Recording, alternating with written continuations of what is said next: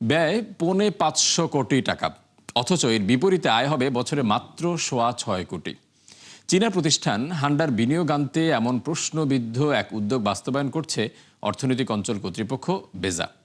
শুধু তাই নয়, পরিষেবা বাবদ শত কোটি টাকা আয়ের সুযোগ থাকলেও তা ছেড়ে দেয়া হচ্ছে বিশেষ বিবেচনায়।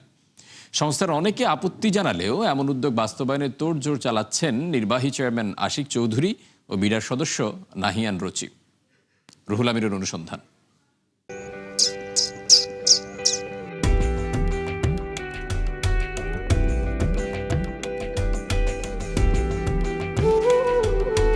ধলেশ্বরী নদী তীরে কেরানীগঞ্জ বিসিকের পাশে শান্ত, সবুজ ও সম্ভাবনায় মোড়া গ্রাম নতুন সোনাকান্দা।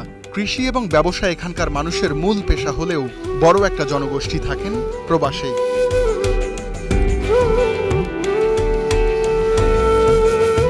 তবে আধুনিক শিল্পায়ন ও শোভন কর্মসংস্থান তৈরির লক্ষ্যে সম্প্রতি এই এলাকা ঘিরে নতুন এক উদ্যোগ নিয়েছে অর্থনৈতিক অঞ্চল কর্তৃপক্ষ বেজা।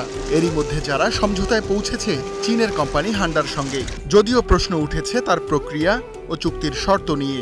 এখানে যে এরিয়াটা আপনারা দেখতে পাচ্ছেন, এই এরিয়াটাতে আপনার আমাদের এলাকার একটা কর্মসংস্থানের জন্য তারা বিশেষ কিছু একটা উদ্যোগ নেবে, কিন্তু এখন আপাতত বন্ধ আছে। এইগুলো জমিতে ছিল আপনার আমাদের চাষাবাদের জন্য, আমাদের ছিল আপনার 2 ভাগের একটু বেশি, মানে 60% সামথিং। চায়না প্রজেক্ট করার জন্য এই জায়গায় এই ব্যবস্থা নেই।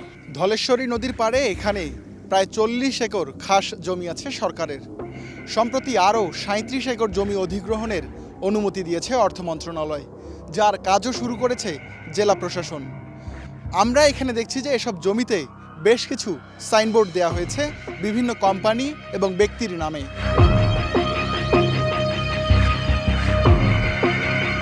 শর্ত অনুযায়ী মোট 77 একর জমি দরকার ওই প্রকল্পে। এর মধ্যে 40 একর খাস থাকলেও বাকি 37 একর অধিগ্রহণে বেজার ব্যয় হচ্ছে প্রায় 250 কোটি টাকা। তবে বাজার মূল্য বিবেচনায় পুরো জমির দাম 450 কোটি টাকার উপরে। এছাড়া গ্যাস বিদ্যুৎ সংযোগে খরচ হবে আরও 30 কোটি। অন্যদিকে পানির জন্য নেওয়া হবে না কোনো অর্থ, অথচ দীর্ঘমেয়াদে এখান থেকেও বিপুল আয়ের সুযোগ ছিল। তাই সার্বিক বিচারে বেজার বিনিয়োগ প্রায় 550 কোটি টাকা। প্রশ্ন হলো, বিশাল এই বিনিয়োগের বিপরীতে প্রাপ্তি কি? তথ্য বলছে ওই প্রকল্প থেকে সংস্থাটির আয় আসবে শুধু জমির ভাড়া বাবদ, তাও নামমাত্র। কারণ প্রতি বর্গমিটার মাত্র $3 হারে বছরে পাওয়া যাবে মাত্র 6 কোটি 34 লাখ টাকা। সে হিসেবে 50 বছরে মিলবে 317 কোটি। তাই এমন অস্বাভাবিক সুবিধা দেওয়ার পক্ষে কোনো যুক্তি খুঁজে পাননি তৈরি পোশাক শিল্প মালিকদের সংগঠন বিজিএমইএ এর সভাপতি। এমন কিছু প্রস্তাব বিদেশিদেরকে করা উচিত হবে না যেটা স্থানীয়রা পান না। যে ইনভেস্টমেন্টের জন্য আহ্বান করা হয়েছে, এই ইনভেস্টমেন্টের জন্য আলাদা করে যদি ইনফ্রাস্ট্রাকচার তৈরি করতে হয় সেটা না করে বরঞ্চ মিরেশ্বরায় বা ইতিমধ্যে যেসব জোনগুলো হলো আপনার ডেভেলপমেন্ট পর্যায়ে আছে, হলো আপনার যেটা হলো বেজার, সেখানে তাদেরকে নিয়ে গেলেই বরঞ্চ দেশের জন্য ভালো হতো। বিনিয়োগ প্রস্তাবে ডাইং, ওয়াশিং সহ লাল শ্রেণীর কারখানা স্থাপনের পরিকল্পনা জানিয়েছে হান্ডা। সংশ্লিষ্টরা জানান, সেসব কারখানা চালাতে প্রচুর পানির ব্যবহার করা হবে নদী ও মাটির নিচ থেকে, যাতে থাকবে না বেজার নিয়ন্ত্রণ। তাই চূড়ান্ত চুক্তির আগে সেটিও খেয়াল রাখার কথা বলছেন পরিবেশবিদরা। তাদের জন্য যে প্রস্তাবিত জায়গাটা, যদি জায়গাটা নদীর তীরবর্তী জায়গা, তো আমাদের আইন অনুসারে এখনও এটাকে নিষিদ্ধ জায়গা হিসেবে বলার সুযোগ নেই। তবে আপনি যদি পরিবেশগত দিকটা বিবেচনা করেন তাহলে এটা অবশ্যই বলা যায় যে এটা একটা ঝুঁকিপূর্ণ জায়গা। আর যারা ব্যবসা করেন তাদের, আমি মনে করি যে এটা একটা তাদের সততারও ব্যাপার আছে, যে তারা শুধু কি ইকোনমিক বেনিফিটটাকেই তারা নেবেন, নাকি এদেশে তারা যেই সম্পদগুলো, যে রিসোর্সগুলো ব্যবহার করেন, সেই রিসোর্সগুলো আমরা যাতে পরবর্তী প্রজন্মের জন্য আমরা যাতে সুস্থভাবে সঠিকভাবে রাখতে পারি, সেটা যাতে আমাদের পরবর্তী প্রজন্ম সেটা ব্যবহার করতে পারে, ব্যবহার উপযোগী থাকে। ঢাকায় গত বছর বিজনেস সামিটে এ বিষয়ে বিডার সঙ্গে সমঝোতা করে হান্ডা। এরপর তা চাপিয়ে দেয়া হয় বেজার ঘাড়ে। প্রকল্পের যৌক্তিকতা নিয়ে বেশিরভাগ কর্মকর্তা আপত্তি জানালেও তা এগিয়ে নিচ্ছেন নির্বাহী চেয়ারম্যান আশিক চৌধুরী ও বিডার ব্যবসা উন্নয়ন সদস্য নাহিয়ান রহমান রচি। অভিযোগ উঠেছে, সদস্য পদে চুক্তিভিত্তিক নিয়োগ পাওয়ার আগেই পরামর্শক থাকা অবস্থায় হান্ডার আমন্ত্রণে চীন সফর করেন তিনি। ফলে প্রশ্ন উঠেছে স্বচ্ছতা নিয়েও। এমন ঝুঁকিপূর্ণ উদ্যোগের বিষয়ে জানতে বেজার 2 জন সদস্যের সঙ্গে যোগাযোগ করে 71 বিজনেস, যারা রাজি হননি কথা বলতে। এমনকি সাড়া দেননি নাহিয়ান রচি ও আশিক চৌধুরীও। ওই অর্থনৈতিক অঞ্চলে কারখানা বসাতে 50 একর জমি চায় হান্ডা, যেখানে বিনিয়োগের পরিকল্পনা $22 কোটি। যদিও এত কম জমিতে এত বিনিয়োগ অসম্ভব বলে মনে করেন সংশ্লিষ্টরা। রুহুল আমিন, 71, ঢাকা। চাহিদা মতো ডিজেলের অভাবে ব্যাহত হচ্ছে ফসলি জমিতে সেচ কার্যক্রম। এতে বিপাকে পড়েছেন বহু কৃষক। বিশেষজ্ঞরা বলছেন, যুদ্ধের সুযোগে কৃত্রিম সংকট তৈরি করছে একটি বিশেষ গোষ্ঠী। সরকারের পক্ষ থেকে এখনই কঠোর পদক্ষেপ না নিলে হুমকির মুখে পড়তে পারে দেশের কৃষি ও খাদ্য নিরাপত্তা। মিসবাহ হাসানের রিপোর্ট, ছবি তুলেছেন মিরাজ সুমন। জীবিকার জন্য কৃষি কাজেই প্রধান ভরসা 65 বছর বয়সী কৃষক আব্দুল মুন্নাফের। এই পেশায় তার পার হয়েছে কয়েক দশক, কিন্তু জ্বালানির এমন সংকট দেখেননি আগে। গেল মাস খানেকের সংকটে সময় মতো ডিজেল পাননি তিনি, ফলে জমিতে সেচ দিতে হচ্ছে নির্ধারিত সময়ের 2 দিন পর। শুধু সংকট নয়, জ্বালানির বাড়তি দামের কারণে বড় দুশ্চিন্তায় পড়েছেন তিনি। তার পাশের জমির রশিদ মিয়াও পড়েছেন বড় সমস্যায়, তাই বদলেছেন ফসল ফলানোর পরিকল্পনাও। তেলের সংকট খেত করে পারলাম না, আমি এই পাট খেত করলাম তেলের জ্বালাই পাই না, খালি বললাম পাম্পে করলাম আজকে না কাইলে এসো, কাইলে এসো, 3-4 গুণ রাখতে পাট বললাম। তেল তো মোটামুটি মনে কর কয়েকদিন পাইনি, বুঝছেন, খুবই কষ্ট ছিল। এখন মোটামুটি দেখ পাইতেছি, তাও তেল বেশি দেয় না। লিটার প্রতি 25 টাকা বেশি নিতেছে, 25 টাকা বেশি নিতেছে। তাও কোনো রকম আর কি সাপও না মারে, লড়েও না ভাঙে, এই অবস্থায় চলতেছে আর কি। শুধু সেচ নয়, জমি চাষের যন্ত্রেও ব্যবহৃত হয় তেল, ফলে সংকট দেখা দিয়েছে সেখানেও। যেমন আলামিন হকের সংসার চলে অন্যের জমি চাষ করে। 5 দিন পর নিজের ট্রাক্টর চালু করতে পারলেও সংকটে তারা আশেপাশের অনেকেই। কিন্তু এই 5 লিটার তেল দিয়ে শুধু এই যে পেঁপে ক্ষেতটা চাষ করলাম, এই যে নিজের, তাছাড়া আর এমনি কোনো চাষ করতে পারি না। এই সুঙ্গর থেকে সিঙ্গের গেলেও 15 কিলো জায়গার ভিতরে স্ট্যান্ডে যে এই সিঙ্গের পাম্পে যে তেল তেমন পাওয়া যায় না। বিশেষজ্ঞরা বলছেন, যুদ্ধের সুযোগে কিছু গোষ্ঠী কৃত্রিম সংকট তৈরি করে কৃষিখাতে অস্থিরতা সৃষ্টি করছে। এই পরিস্থিতি দীর্ঘস্থায়ী হলে ধাক্কা লাগতে পারে খাদ্য উৎপাদনে। কৃত্রিমভাবে সংকট সৃষ্টি করা হচ্ছে বাংলাদেশে। এই মুহূর্তে বাংলাদেশে এগ্রিকালচারের যে জিনিসগুলো, যে ফসল মাঠে আছে, তার ভিতরে অন্যতম হলো বোরো। তেলের কারণে যদি বোরোর ব্যাপকভাবে প্রভাব পড়ে, তাহলে আমি মনে করি মারাত্মকভাবে ফসলের ক্ষতি হবে, এবং ফসলের যদি এটা ক্ষতি হয়, তাহলে দেশে একটা খাদ্য সংকট সৃষ্টি হবে। উৎপাদন খরচ বৃদ্ধির কারণে এখন আমাদের বেশ সংকট হবে, এবং বিশেষ করে খাদ্য মূল্যস্ফীতি বৃদ্ধি পাবে। তথ্য বলছে, চলতি মৌসুমে বোরো আবাদের লক্ষ্যমাত্রা 50.5 লাখ হেক্টরের কিছু বেশি, যার অর্ধেকেরও বেশি জমি পুরোপুরি নির্ভরশীল ডিজেল চালিত সেচ যন্ত্রের উপর। বোরো ধানের এই মৌসুমে মাঠগুলোতে দরকার পর্যাপ্ত পানি, কিন্তু তীব্র জ্বালানি সংকটের কারণে জেলায় জেলায় বন্ধ হচ্ছে সেচ পাম্প, যার কারণে শুকিয়ে যাচ্ছে ধান ক্ষেতগুলো। কৃষকদের শঙ্কা, এমন সংকট চলতে থাকলে ফলন নেমে আসতে পারে অর্ধেকে। বিশেষজ্ঞরা বলছেন, এই সংকট সমাধান না হলে শুধু কৃষক নয়, প্রভাব পড়বে উৎপাদন, বাজারজাতকরণ, এমনকি সামগ্রিক অর্থনীতিতেও। মিসবাহ হাসান, 71, ধামরাইল। এপ্রিলে বাড়ছে না জ্বালানি তেলের দাম। মঙ্গলবার এক বিজ্ঞপ্তির মাধ্যমে এই সিদ্ধান্তের কথা জানিয়েছে জ্বালানি মন্ত্রণালয়। ফলে আগের মতোই ডিজেল প্রতি লিটার 100 টাকা, অকটেন 120 ও পেট্রোল বিক্রি হবে 116 টাকায়। যদিও যুদ্ধ শুরুর পর কয়েক দফা বাড়তি দামে জ্বালানি তেলের আমদানি করতে হয়েছে সরকারকে।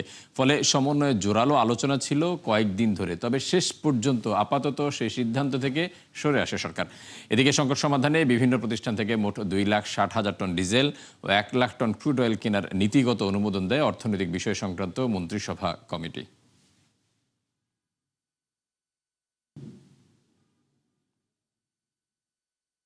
দর্শক, আজকে জ্বালানি পরিস্থিতি জানাতে এই মুহূর্তে আমাদের সাথে যুক্ত হচ্ছেন সহকর্মী রাকিব হোসেন। আমরা যাচ্ছি তার কাছে। রাকিব, এই মুহূর্তে কেমন পরিস্থিতি দেখছেন রাজধানীর তেলের পাম্পগুলোতে? তেলের পাম্পগুলোতে আসলে পরিস্থিতির খুব একটা উন্নতি নেই। গত 1 মাস ধরে আমরা যে পরিস্থিতি দর্শকদেরকে দেখাচ্ছি বা সাধারণ মানুষ যে পরিস্থিতির মধ্যে আছেন সেটি কিন্তু এখনো বলবৎ আছে। এবং এক্ষেত্রে আমরা একটা জিনিস খেয়াল করেছি যে এই যে ভোগান্তি জ্বালানি তেলের গ্রাহকদের, এই ভোগান্তির মধ্যেও একটা শ্রেণী কিন্তু এখনো অনেকটা স্বস্তিতে আছে। সেই শ্রেণীটা হচ্ছে আসলে সরকারি যেসব গাড়ি আছে জ্বালানি তেলের জন্য তাদেরকে খুব একটা ভোগান্তি পোহাতে হয় না। তাদেরকে বিশেষভাবে কিন্তু জ্বালানি তেল সরবরাহ করা হচ্ছে পাম্প থেকে, এবং সেই জ্বালানি তেল আসলে সরকারি গাড়িগুলো কিভাবে ব্যবহার করছে, ব্যক্তিগত কাজে ব্যবহার করছে নাকি সরকারি কাজেই ব্যবহার করছে সেটা নিয়ে প্রশ্ন রয়েছে। এর বাইরে কিন্তু জ্বালানি তেলের যে গ্রাহকরা আছেন বেসরকারি, তারা কিন্তু ভোগান্তি স্বীকার করেই তাদেরকে জ্বালানি তেল সংগ্রহ করতে হচ্ছে।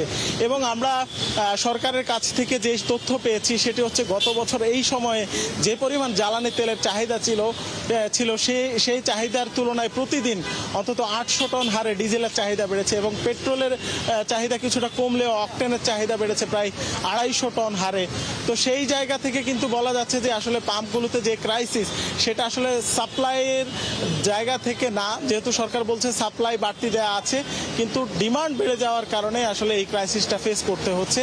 এবং এর বাইরে যে তথ্যটি আমাদের কাছে আছে, সরকারের পক্ষ থেকে বলা হচ্ছে প্রতিনিয়ত তারা অবৈধভাবে মজুতকৃত জ্বালানি তেল উদ্ধার করছে। যেমন গতকালকে 87,000 লিটার জ্বালানি তেল উদ্ধার করা হয়েছে বিভিন্ন জায়গা থেকে অভিযান চালিয়ে। তো সেই কারণেও কিন্তু আসলে পাম্পগুলোতে গ্রাহকদের এই ভোগান্তি স্বীকার করতে হচ্ছে। তো সরকারের পক্ষ থেকে যেমন বলা হচ্ছে একদিকে তারা বিকল্প উৎস থেকে আমদানি করছে, যেমন মার্কিন ছাড়পত্র পাওয়ার পর তারা আগামী 2 মাসে 6 লাখ টন ডিজেল রাশিয়া থেকে আমদানির একটা উদ্যোগ নিয়েছে। এর বাইরে ভারত থেকে ডিজেল আসছে, চীন থেকে আমদানির চেষ্টা চলছে, এবং যুক্তরাষ্ট্র থেকেও জ্বালানি তেল আমদানির একটা আলোচনা চলমান রয়েছে আমরা যতদূর জানি। সব মিলিয়ে বলা যাচ্ছে যে আসলে জ্বালানি তেলের যে সংকট আমরা এই পাম্পগুলোতে দেখতে পাচ্ছি, অথবা একটু আগে আপনি রিপোর্টের মাধ্যমে দেখাচ্ছিলেন যে আসলে জ্বালানি তেলের সংকটের প্রভাব কিন্তু আমাদের কৃষি উৎপাদনেও পড়ছে, এবং শিল্প উৎপাদনের ক্ষেত্রেও এটার প্রভাব ইতিমধ্যে পড়ে গেছে। তো সেই জায়গা থেকে আসলে সরকার একদিকে জ্বালানি তেলের চাহিদা যেমন মেটাতে হচ্ছে, তেমনি কিন্তু এই যে এই প্রভাবটা মোকাবেলা করার জন্য সরকারকে পদক্ষেপ নিতে হচ্ছে। তো সেই জায়গা থেকে আসলে সাধারণ মানুষকে যেমন সচেতন হতে হবে। রাকিব, আপনাকে অসংখ্য ধন্যবাদ। দর্শক, রাজধানীর শাহবাগ থেকে জ্বালানি পরিস্থিতি বিষয়ে জানাচ্ছিলেন সহকর্মী রাকিব হোসেন। আমরা যাচ্ছি পরবর্তী প্রসঙ্গে।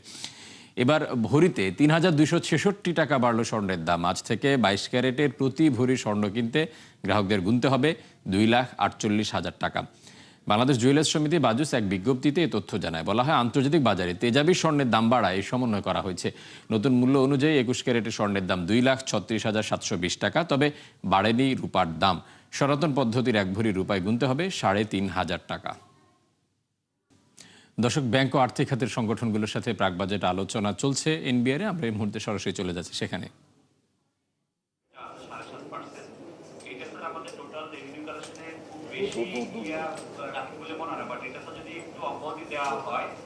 আমাদের যেহেতু সামনে ইরান রাশিয়ার যুদ্ধ সবকিছু মিলে আমাদের রেমিটেন্স প্রবাহটা বাড়ানোর সাথে সাথে আমার মনে হয় ফর দ্য টাইম বিং প্রবাসী আয়ের উপরে সাথে সাথে উৎসে কর্তনটাকে একটু বিবেচনা করা যেতে হবে অব্যাহতি দেওয়ার জন্য। এইটা একটা পয়েন্ট স্যার। আর একটা আমি বুঝি নাই কি বলছেন, উচ্চ কর কর্তন মানে 7.5% তো এখন ব্যাংকগুলো কেটে রাখে। হ্যাঁ, আপনার প্রস্তাব কি? স্যার, এই উৎসে কর্তনটা স্যার অব্যাহতি দেওয়ার জন্য। তাহলে তো রেমিটেন্স প্রবাহ বাড়বে। আচ্ছা, আমি রেমিটেন্স প্রবাহটাকে কি করার জন্য একটা জিনিস বোঝার চেষ্টা করেন, আমরা উৎসে কর কর্তন রাখি কেন? এটা কিন্তু যারা বিদেশ থেকে ওয়েজ আর্ন করে টাকা পাঠায় তাদের জন্য না, কিন্তু এটা হলো যারা বাংলাদেশে বসে বিদেশিদের পক্ষে কোনো কাজ করে টাকাটা আর্ন ইন বাংলাদেশ কিন্তু আসছে বিদেশ থেকে, সেটার উপর আমি ট্যাক্স বাড়াচ্ছি। যদি কেউ বিদেশে ব্যবসা করে, বিদেশে চাকরি করে, বিদেশে রোজগার করে বাংলাদেশে কোনো টাকা পাঠায় ফর্মাল চ্যানেলে, এটা কিন্তু 100% ট্যাক্স এক্সাম্পটেড, আমাদের আইনেই চলে আসছে। এখন আমি যদি এটা উঠিয়ে দেই তাহলে যেটা হবে, এটা রেভিনিউ লিকেজটা হবে মারাত্মক। আমাদের লোকজন, আপনি তো জানেন, হুন্ডিতে টাকা পাঠানোর কোনো বিষয় না। আপনি যদি আজকে বলেন যে আপনার 5 কোটি টাকা সিঙ্গাপুর মাউন্ট এলিজাবেথে পেমেন্ট করতে হবে, দেখবেন 1 ঘন্টার মধ্যে পেমেন্ট হয়ে গেছে। তো এখান থেকেই টাকা যাবে, সেই টাকা আবার রেমিটেন্স হিসেবে আসবে, সব ট্যাক্স ফ্রি। তা আমরা ট্যাক্সটা পাবো কোথা থেকে? মানে আমি প্রায় সময় এই কথাটা বলি, আপনারা বুঝার চেষ্টা করেন, এইগুলো সব কিছু ট্যাক্স আদায়ের জন্য করা হয় না। আপনার লিকেজগুলো বন্ধ করতে হবে, নাহলে তো আমরা ট্যাক্স আদায় করতে পারবো না। এই জিনিসগুলো আপনাদেরকে বুঝতে হবে। আরেকটা পয়েন্ট বলি স্যার, দর্শক, প্রাক বাজেট আলোচনার কথা বলছিলেন এনবিআর চেয়ারম্যান, আমরা ছিলাম সেখানে। যাচ্ছি পরবর্তী প্রসঙ্গে। অর্ধশত বছরে প্রযুক্তি জায়ান্ট অ্যাপল সাধারণ এক গ্যারেজ থেকে সূচনা করা প্রতিষ্ঠানটি এক মহীরুহ আকার ধারণ করে 5 দশকের পথ চলায়। 1,66,000 কর্মীর প্রতিষ্ঠানটির বর্তমান বাজার মূল্য $3.7 ট্রিলিয়ন, যার বার্ষিক আয় $416 বিলিয়ন। যদিও আর্টিফিশিয়াল ইন্টেলিজেন্স সহ বেশ কিছু খাতে রয়ে গেছে চ্যালেঞ্জ।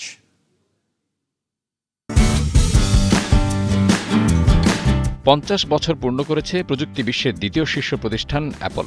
গেল 5 দশকে প্রথমে ডেস্কটপ কম্পিউটার এবং পরে স্মার্টফোনকে মূলধারায় এনে প্রযুক্তি বিশ্বের গতিপথ বদলে দেয় প্রতিষ্ঠানটি। তবে বিশাল এই কর্মযজ্ঞের শুরুটা ছিল একেবারেই সাদামাটা। 1976 সালের এই দিনে ক্যালিফোর্নিয়ার লস আল্টোসের একটি সাধারণ গ্যারেজে অখ্যাত প্রকৌশলী স্টিভ ওজনিয়াক, হাইস্কুল ছাত্র স্টিভ জবস এবং রোনাল্ড ওয়েনের হাত ধরে যাত্রা শুরু। এরপর আর পেছনে ফিরে তাকাতে হয়নি অ্যাপলকে। যে যুগে কম্পিউটার সাধারণ মানুষের নাগালের বাইরে ছিল, সে সময় নিজেরাও জানতেন না তাদেরই গড়া প্রতিষ্ঠান বদলে দেবে বিশ্ব। 1984 সালে প্রথমবার ম্যাকিনটশ কম্পিউটার বাজারে আনে অ্যাপল। এরপর বেশ দ্রুততার সাথে বাজারে নিজেদের অবস্থান শক্ত করতে সমর্থ হয় প্রতিষ্ঠানটি। যদিও একটা সময় মতানৈক্যের ফলে অ্যাপল ছেড়ে চলে যান স্টিভ জবস। তবে 90-এর দশকে প্রতিষ্ঠানটি দেউলিয়া হওয়ার দোরগোড়ায় পৌঁছালে 1997-তে আবারও যোগ দেন তিনি। 2001 সালে নিয়ে আসেন আইপড, 7 সালে নিয়ে আসেন প্রথম আইফোন, যা মানুষের কাছে মুঠোফোনের ধারণাই বদলে দেয়। ধীরে ধীরে অ্যাপলের ঝুলিতে যোগ হয় iPad, Apple Watch, AirPod, Apple Vision Pro. অ্যাপলের বর্তমান বাজার মূল্য $3.7 ট্রিলিয়ন, বার্ষিক আয় $416 বিলিয়ন আর সক্রিয় ডিভাইসের সংখ্যা 250 বিলিয়ন। প্রতিষ্ঠানটির সদর দপ্তর যুক্তরাষ্ট্রের ক্যালিফোর্নিয়ার কুপারটিনোতে। অ্যাপলের কর্মী সংখ্যা 1,66,000। 2011 সালে স্টিভ জবসের মৃত্যুতে কিছুটা অনিশ্চয়তা আসলেও পরবর্তীতে টিম কুকের নেতৃত্বে নিজেদের চেনা গতিপথে ফিরে আসে অ্যাপল। তিনি দায়িত্ব নেওয়ার পর আকারে প্রায় 3 গুণ বড় হয় অ্যাপল, শেয়ার বৃদ্ধি পায় 1600%। তবে এত কিছুর পরও অ্যাপলের সামনে রয়েছে বেশ কিছু চ্যালেঞ্জ, যার একটি কৃত্রিম বুদ্ধিমত্তা। এআই দৌড়ে প্রতিষ্ঠানটি এখনও বেশ পিছিয়ে বলে মনে করেন বিশ্লেষকরা। গুঞ্জন চলছে 65 বছর বয়সী টিম কুকের অবসরের বিষয়টি নিয়েও। এছাড়া ট্রাম্প ট্যারিফে বেড়ে গেছে প্রতিষ্ঠানটির উৎপাদন খরচও। তবে এমন সব বড় ধাক্কা সামলেই নিজেদের চেনা গতিপথে ছুটছে বিশ্বের দ্বিতীয় বৃহত্তম প্রতিষ্ঠান অ্যাপল।